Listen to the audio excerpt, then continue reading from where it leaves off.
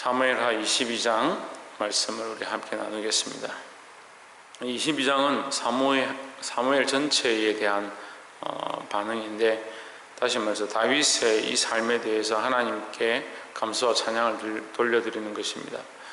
우리는 기도나 말씀에 대해서는 자주 집중을 하는데 찬양에 대해서 이렇게 쉽게 생각할 때가 있습니다. 찬양은 마땅한 일이고 우리가 당연히 인생으로서 해야 될 일들입니다. 인생의 목적과 방향이 사람에게 있는 것이 아니고 하나님께 있습니다. 우리가 하나님께서 만드신 바고 하나님께서 창조하신 존재이기 때문에 우리 인생의 목적이 하나님을 영화롭게 하고 하나님의 이름을 즐거워하는 것이다. 그래서 인생은 평생 동안 하나님을 찬송해야 합니다. 근데 우리가 기도와 말씀으로만 치우치다 보면 하나님을 찬송하는 걸 자주 잊어버립니다.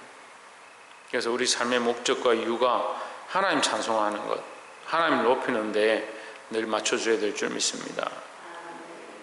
22장 2절에 이르되 여호와는 나의 반석이시오 나의 요새시오 나를 건지시는 자시오 나의 하나님이시오 나의 피할 바위시오 나의 방패시오 나의 구원의 뿌리시오 나의 높은 망대시오 나의 피란 처시오 나의 구원자시라 나를 흉악에서 구원하셨도다 했습니다. 모든 것이 하나님의 은혜다라는 거죠. 4절에 보시면 내가 찬송받으실 여호와께 아뢰니 내 원수들에게서 구원을 얻으리로다 했습니다. 자, 하나님은 찬송받기에 합당하신 분이다.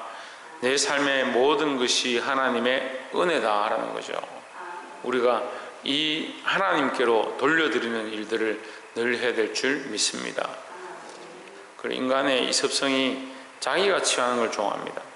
자기가 했다, 내가 한 모든 것이 나의 공로다, 나의 자랑이다. 자기에게로 돌리기가 쉽습니다.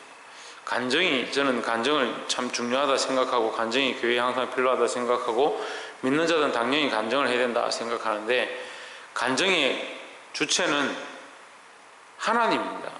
하나님이 역사하셨음을 하나님을 찬양하는 모양으로 드리는 게 간정인데, 인간이 이 간정을 자꾸 하다 보면 거기에 더하기 해서 나중에 뭐가 되냐, 내가 이렇게 했다, 내가 이렇게 했더니 하나님 이렇게 해주셨다, 이렇게 하는 겁니다. 우리가 믿었기 때문에 구원을 받았다, 그렇죠? 그런데 여러분, 좀 더 우리가 안다면 우리가 믿은 것 또한 하나님의 은혜다는 거죠. 하나님께서 우리에게 이런 기회를 주시지 않았다면, 하나님께서 우리가 이 십자가를 알지 못하게 했다면, 하나님께서 우리에게 예수 그리스도를 보내주지 않으셨다면, 우리가 이 말씀을 접하지 못하게 하셨다면 어떻게 우리가 구원을 얻겠느냐 하는 거죠. 우리가 믿어서 구원을 얻었지만 믿은 것이 우리의 공로가 아닌 것처럼 우리 삶의 여러 가지 모든 일은 우리가 행해서 되어진 것처럼 보이지만 결국은 하나님의 은혜다라는 거죠.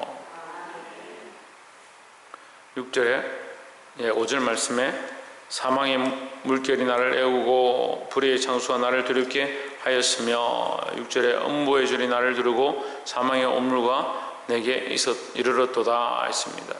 원래 나는 죽을 수밖에 없는 자이다. 내 주변에는 사망과 죽음밖에 없고 인생에 허감이 가득한 그런 상황 가운데 나는 살아가고 있다.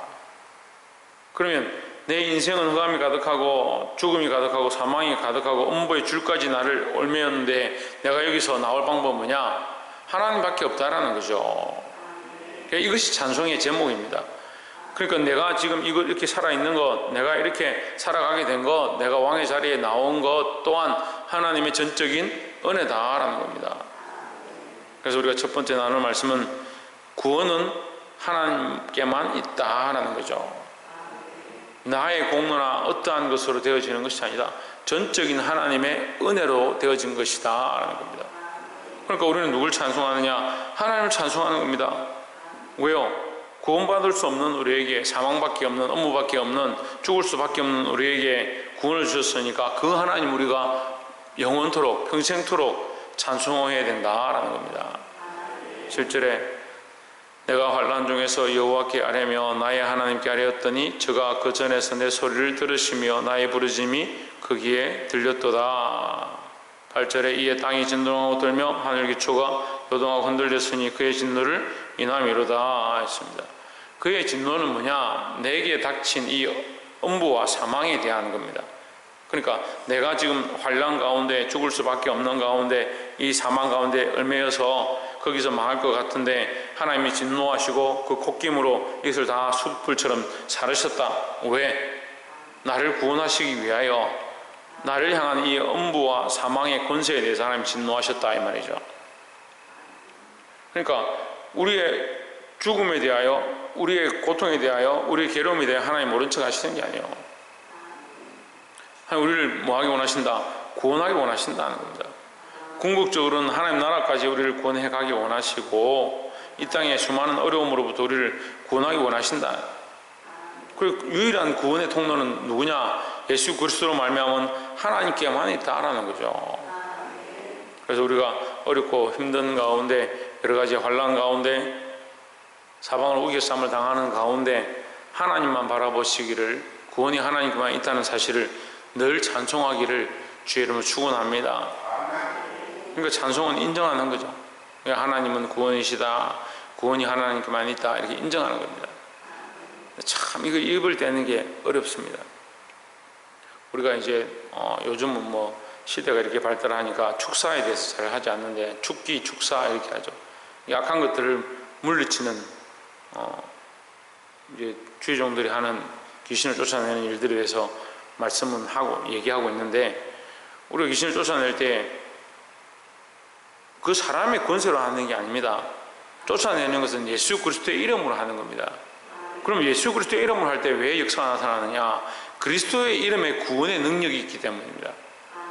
악한 것들은 뭐 어떻게 하느냐? 사로잡아서 어둠의 길로, 사로잡아서 죽음의 길로, 엄보의 길로, 사망의 올무가 되어서 그들을 끌고 가려고 하는데, 우리가 예수 그리스도의 이름을 선포할 때 예수 그리스도의 이름이 구원이고 하나님의 능력이 나타나게 되어 있다는 거죠. 그래서 우리가 이 찬송을 왜 해야 되느냐? 우리 삶에 드려진 모든 그림자와 악한 것들을 물리치는 방법, 하나님의 이름을 높이는 겁니다. 하나님의 이름을 높이는 거예요. 내가 가정에 돌아가서도 하나님의 이름을 높이는 거예요. 내가 내 삶에서 찬송을 틀어놓고, 이 찬송을 좋아하시는 분들은 하루 종일 찬송을 듣는 사람들, 음악을 듣기 위해 찬송을 듣는 게 아니에요.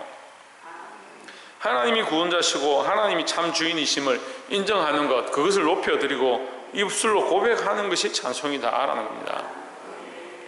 늘 하나님만 바라보시고 하나님의 구원하심을 찬송할 수 있는 저와 여러분 되기를 주의 이름으로 축원합니다. 18절에 나를 강한 원수와 미워하는 자에게서 건지셨으며 저희는 나보다 힘센 영고로다. 저희가 나의 재앙의 날에 내게 이르렀으나 여호와께서 나의 의지가 되셨도다. 20절에 나를 또 넓은 곳으로 인도하시고 나를 기뻐하심으로 구원하셨도다. 21절에 여호와께서 내 의를 따라 상 주시며 내 손의 깨끗함을 쫓아 갚으셨으니 했습니다. 자, 이것은 흡사 시편 23편 말씀과 이렇게 연관이 됩니다. 하나님 우리에게 상 주시기 원하고 우리를 건지시기 원하고 우리를 인도하기 원한다. 하나님은 우리의 목자가 되셔서, 이게 목자가 되셨다 이 말은 모든 삶의 모양들을 살피신다라는 거예요. 우리와 함께 하신다는 거예요. 더 나아가서 우리와 동행하신다. 하나님이 우리와 동행하시는 것이 찬송받을 일이다라는 거죠. 왜요? 이 인생이 그럴 자격이 없는데, 우리 인생이 무엇이간데 하나님 우리와 함께 하시느냐? 신약적인 관점으로 성령이 우리 안에 오셨다. 성령이 우리 안에 오셔서 그리스도가 우리와 함께 하시고 하나님 우리와 함께 하시는 것을 알게 하신다. 실질적으로는 성령이 우리 안에 내주하시는 거죠. 성령이 우리 안에 오셔서 우리와 함께 하신다. 함께 할 수 없는 인생, 이 죽을 몸에, 이 죽을 인생에 소망이 없는 인생 가운데 그리스도가 오셔서, 성령이 오셔서 우리와 함께 하신다. 그 하나님이 내 안에, 내가 네 안에, 내가 주님 안에 있는 이것이 크신 은혜다라는 거죠. 우리는 이것을 감사하고 찬송해야 된다는 거죠. 하나님 우리와 함께 하십니다. 근데 우리는 뭘 잊어버리냐? 하나님 우리와 함께 하신 걸 잊어버린 거죠. 또 우리는 어떤 것을 선택하느냐? 하나님과 함께 하는 것을 선택하지 않고 내가 내 나름대로 살아가는 것을 선택하는 겁니다. 우리는 다 양 같아서 각기 제 길로 갔거늘 했습니다. 이사야서 말씀을 통해서 우리가 옳다라고 하는 선택이 악한 길로 가는 것이고 잘못된 길로 가는 것이고 앞을 알지 못하는 미래를 선택하는 것이 될 수 있다는 것을 계속 말하고 있습니다. 우리는 어디에 있어야 되느냐? 주님과 함께 있어야 되고 하나님과 함께 있어야 된다는 겁니다. 하나님은 우리와 함께 하십니다. 우리의 목자가 되십니다. 우리 안에 오셔서 함께 하시기를 원하십니다. 볼지어다 내가 세상 끝날까지 너희와 함께 있으리라 했으니까 하나님이 그 약속은 여전히 우리와 함께 있습니다. 근데 우리는 뭡니까? 그 하나님과 함께 하지 않는 이 습성들을 가지고 있습니다. 범사에 이 사실을 기억하고 하나님 우리와 함께 하심을 고백하고 찬송할 수 있는 저와 여러분 되기를 주의 이름으로 축원합니다. 이것이 우리 찬송의 습관이 되어야 합니다. 하나님 우리와 함께 하십니다. 그래서 범사에 늘 우리와 함께 하시는 하나님을 찬송하기를 주의 이름으로 축복합니다. 마지막으로 49절에 나를 원수들에게서 나오게 하시며 나를 대적하는 자 위에 나를 드시고 나를 강포한 자에게서 건지시는도다. 50절에 이름으로 여호와여 내가 열방 중에서 주께 감사하며 주의 이름을 찬양하리이다. 51절에 여호와께서 그 왕에게 큰 구원을 주시며 기름 부음 받은 자에게 인자를 베푸시며 영원토록 다윗과 그 후손에게로다 했습니다. 자, 특별히 50절에 보시면 내가 열방 중에서 주께 감사하며 주의 이름을 찬양하리이다 했습니다. 자, 우리는 감사하고 찬양하는 것이 우리의 의무다, 우리의 본업이다, 이걸 기억해야 합니다. 그래서 우리는 늘 하나님을 찬송하고 영광을 하나님 앞에 돌려드려야 합니다. 구원이 하나님께 있습니다. 하나님 우리와 영원토록 함께 하십니다. 찬송과 영광을 하나님께만 돌려드려야 합니다. 우리가 이 찬송을 가로채지 않도록, 다른 것들이 이 찬송을 가로채지 않도록 다른 것들을 높이고 존귀하게 여기는 것이 아니고 하나님만 찬송하고 하나님께만 영광을 돌릴 수 있는 자들이 되기를 주의 이름으로 축원합니다. 예, 말씀을 맺겠습니다. 요나가 물고기 뱃속에서 아무것도 보이지 않고 캄캄하고 죽음이 그 앞에 들이올 때 그 입술로 그 음부에서 하나님을 찬송하기 시작했습니다. 여러분, 우리가 다 막혀진 상황 가운데, 가능성이 없는 상황 가운데 그것을 바라보는 것이 아니고 살아계신 하나님을 찬송하는 자들이 되기를 소망합니다. 특별히 찬송과 영광은 하나님께만 돌려드리는 겁니다. 다른 것들을 찬송하고 다른 것들을 높여주고 우리 자신을 높이는 것이 아니고 하나님만 찬송할 수 있는 그런 삶의 모양들을 가지고 그런 습관들을 가지시길 바랍니다. 특별히 하나님은 영원토록 우리와 함께 하시기 원합니다. 우리가 이 하나님이 우리와 함께 하심을 잊어버리지 말고 그 하나님과 동행하고 그 하나님의 말씀에 순종하고 순복할 수 있는 저와 여러분 되어지기를 주의 이름으로 축원합니다. 기도하겠습니다.